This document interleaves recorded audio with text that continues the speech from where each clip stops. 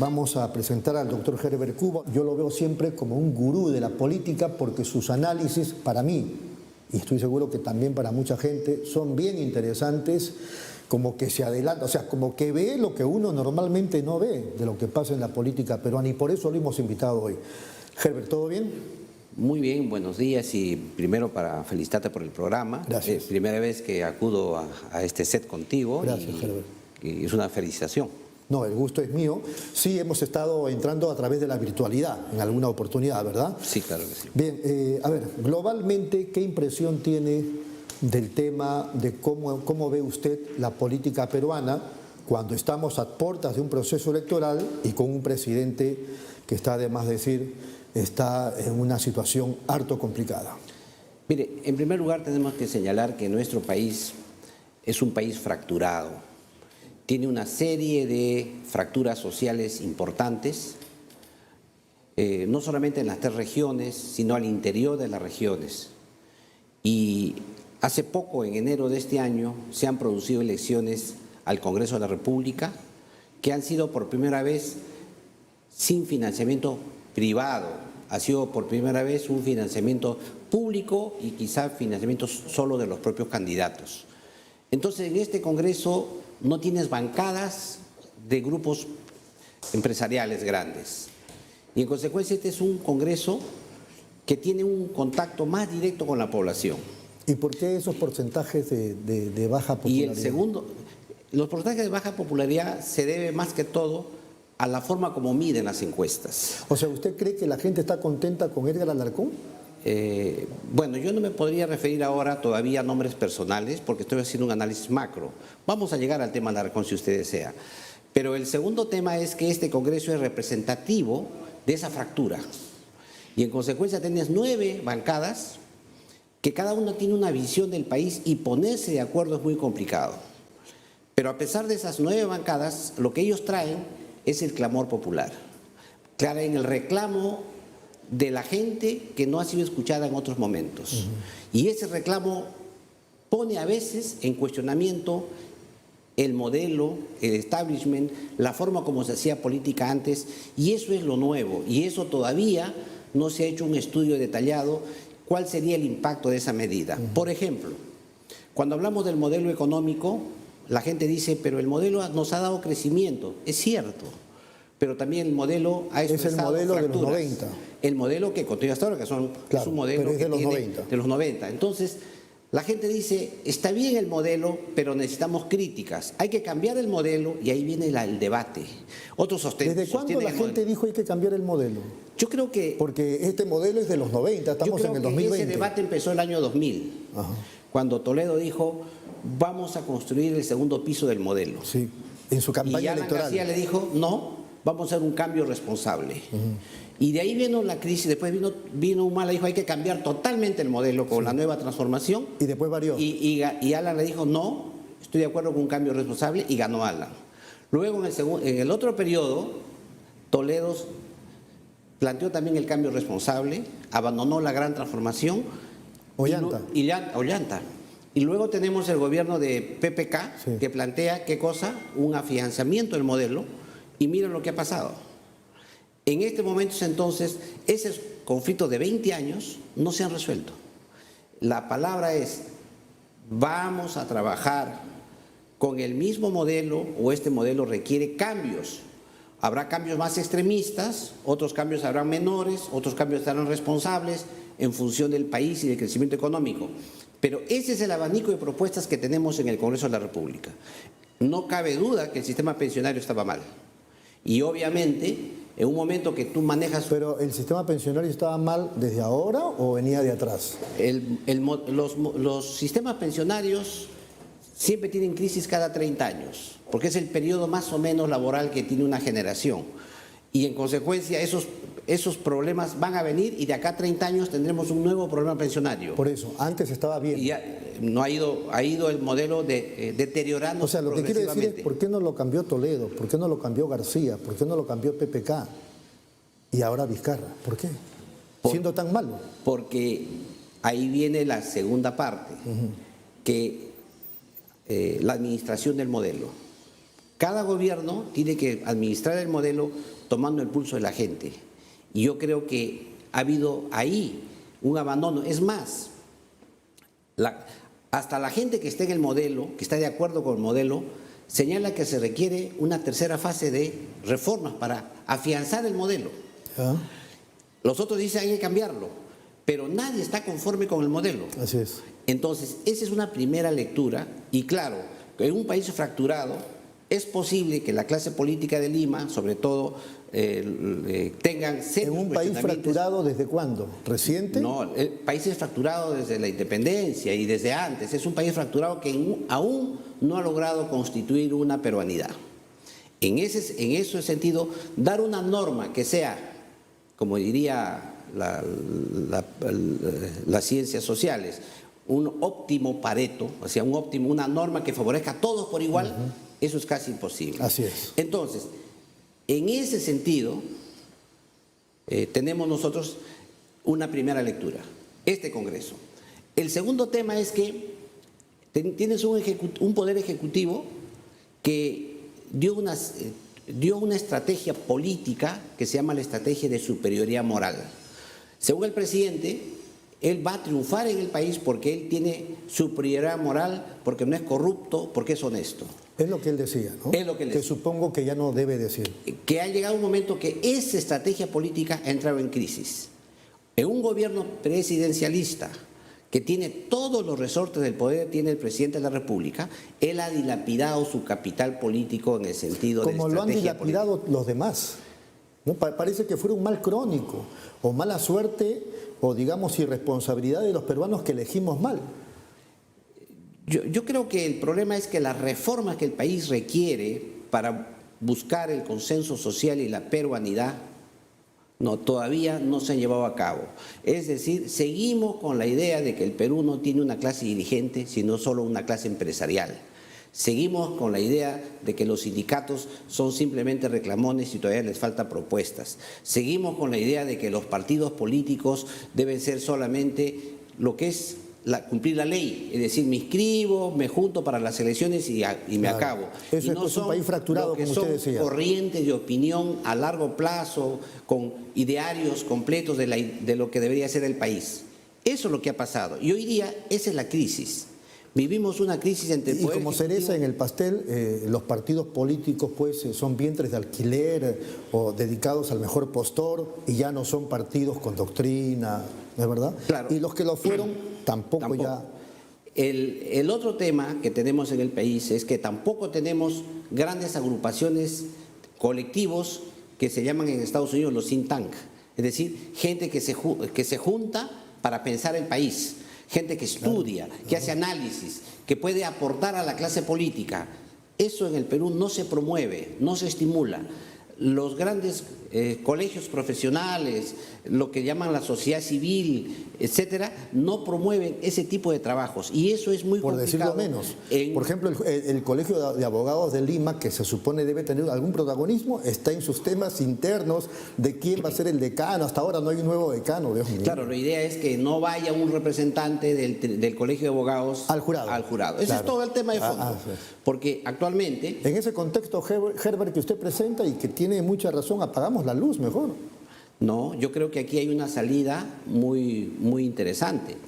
La primera de ellas es que se tiene que pensar de que el presidente ya no puede disolver el Congreso, tiene que ir en lo que se llama el realismo político, tiene que examinar lo que significan las bancadas y tiene que acercarse a los problemas que trae el Congreso. Ejemplo, cuando el tema del congelamiento de deudas. Qué interesante fue esa reunión entre el Poder Ejecutivo con el Poder Legislativo para sacar una norma provechosa. Sí. En el tema de reforma de pensiones, que ya no puede cerrar los ojos y decir, no quiero reforma de pensiones, que está bien lo que hay. No, el Congreso le ha puesto la agenda y le dice, devuelve la plata si no cumples tu objetivo. Y la pregunta es, si ¿Estás hablando de la AFP o de la ONP? Ambos. En la ONP, por ejemplo, usted ha aportado 19 años, 11 meses y 30 días, no tiene 20 años, y usted no cobra pensión y perdió su plata que depositó. Está muy mal. Entonces, corríjalo. Y tiene que corregirse. En el tema de la AFP, es igual.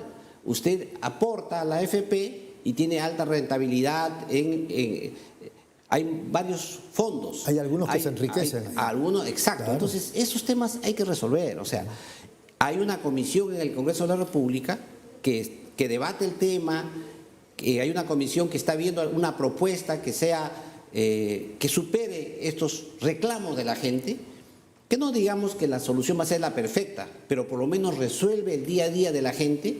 Sin embargo, el Ejecutivo no trabaja a la limón. Cuando ya el Congreso va a sacar la norma, inmediatamente, recién aparece el Ejecutivo. No, así no, yo quiero así. No es el momento. Claro. Para eso hay un Congreso y para eso se trabaja en democracia. Ahora, yo sé que no es bueno llorar sobre la leche derramada, pero esto que usted nos está contando y que todos los vivimos en carne propia, viene de atrás. No hubo un gobierno en todos estos que he mencionado que dijera, hoy vamos a reformar las AFPs, vamos a reformar la ONP. Eso es lo que molesta e irrita. Mire, leyes sobre el tema de la AFP ha habido varias. Es más, se han reformado ya la AFP. En el tema de la ONP también ha habido varias iniciativas, como aportar al fondo de la ONP. Ha habido modificaciones, pero ha habido... O maquillajes. Maquillajes, mucha renuencia por parte del Ejecutivo. El tema magisterial. La gente sale y dice, ¿cómo es posible que repongan 14.000? Pero oye, ese es un problema. Y es un problema por varios motivos. El primer problema es que la reforma meritocrática que debió llevar a cabo la SUNEDU fue tergiversada. ¿Por qué? Se introdujo también la reforma curricular, se introdujo también la ideología de género, se introdujo también el tema de una serie de conceptos políticos en una sola línea, como la revisión de la historia del Perú reciente, por ejemplo. Entonces, todo ese tema que ha hecho, que cuando tú planteas y dices, oye, hay 14.000 maestros que fueron sacados injustamente, la pregunta es, ¿estos 14.000 dieron examen? No dieron examen. Fueron renuentes al proceso de reforma. Salieron. Segundo, ¿son titulados? Todos son titulados. Tercero, ¿la única forma de evaluación es una prueba escrita o también se puede dar una forma, una evaluación en el aula? Tercero, ¿las evaluaciones magisteriales deben ser todas punitivas o también se pueden ser evaluaciones formativas? O sea, es un tema mayor, no son los 14.000. El 14.000 es la anécdota. Lo que sí hay una crisis... Pero usted no lo respalda. Lo que usted respalda es que se haga la revisión, el cambio. Y además, le voy a decir algo. No está diciéndonos, para que quede claro para el televidente, no, los 14.000 deben ser impuestos. Yo lo único que digo es que el gobierno con el Congreso... No, pero respóndame pues, para que quede claro. El Congreso deben ponerse de acuerdo a resolver el problema de fondo. No es de personas, es un tema del modelo. Ejemplo también... No nos está diciendo que los 14.000 deben entrar al caballazo. No. Los que puedan entrar y deban entrar, pero sí hay un derecho perdido que debe ser reconocido. Hay un derecho, no puedes tú sacar 14.000 personas con una resolución ministerial. No es que están sacando los 14.000, ya estaban fuera los 14.000. Pero esa salida fue ilegal, pues. De ahí viene el cuestionamiento. Usted está de abogado de los 14.000. No. Esa salida fue ilegal. ¿Por qué? Porque no se ha continuado con la reforma meritocrática. Y le voy a decir otro dato. Hay varios, déjeme decirle, hay varios que ni siquiera fueron a dar los exámenes. La mayoría, y hay otros que fueron jalados.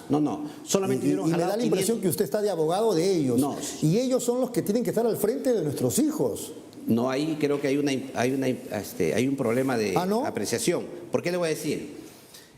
El problema magisterial pasa por los 14.000, no es un problema de los 14.000. ¿Usted está de acuerdo que la universidad... estamos hablando del tema en específico. Pero voy a responder ahorita. Mire usted, a través de la reforma educativa, las universidades estatales, sobre todo, han perdido su autonomía. Porque ahora, inclusive, ya no hay libertad de cátedra. Ahora ya no se hacen la educación está estandarizada. Todas esas reformas educativas que hubieron de los años 19, de la reforma educativa de Córdoba, todas las luchas estudiantiles por la autonomía universitaria, se han perdido con la reforma bajo el amparo de la meritocracia.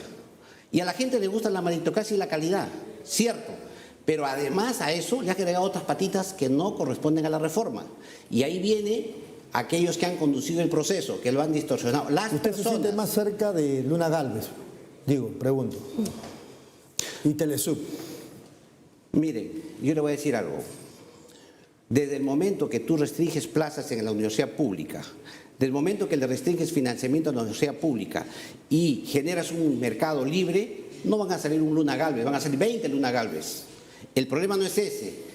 El problema es cómo diseño políticas educativas para mejorar la calidad, para evitar que ideologías extrañas al país se introduzcan a través de estándares hechos por el propio Ministerio de Educación, para evitar que la agenda sea una agenda ajena a las familias, para promover la autonomía y el discernimiento de los estudiantes y no se coacte la autonomía universitaria.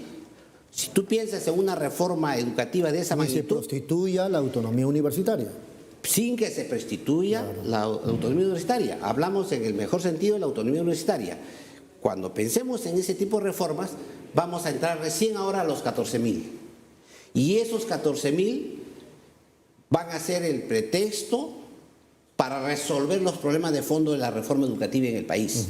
Que yo creo, ojo, el gran conflicto que ha tenido el Congreso disuelto ha sido un Congreso sobre la base del sistema educativo.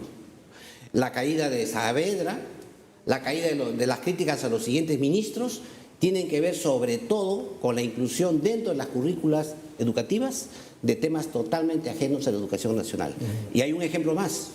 Hasta se han pasado videos en la televisión pública sobre una revisión de la historia reciente del país.